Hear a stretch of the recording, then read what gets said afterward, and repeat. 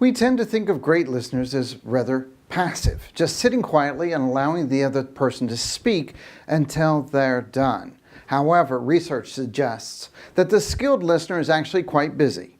Here are 10 activities that listeners are really great at. Great listeners, first, they ask questions.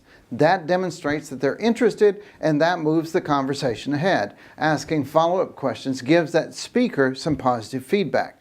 Great listeners give positive verbal feedback. Simple interjections like, "That's smart," or "That makes sense," encourage the speaker to continue.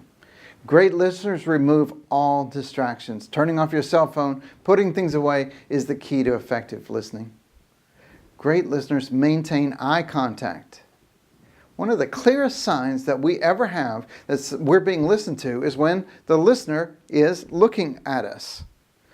Here's something: great listeners don't mind challenging assumptions.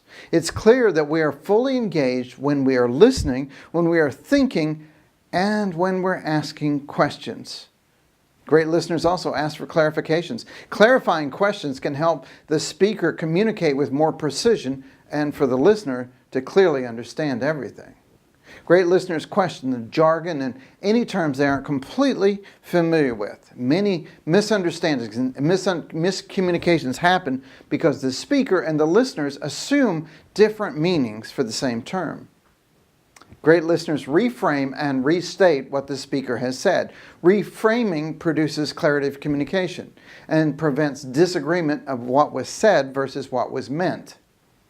Great listeners take notes. It's simply the very best way that you can ever assure the speaker that you are listening is to take notes. Simply write things down, and that makes the speaker incredibly comfortable that you're understanding and hearing what's being shared.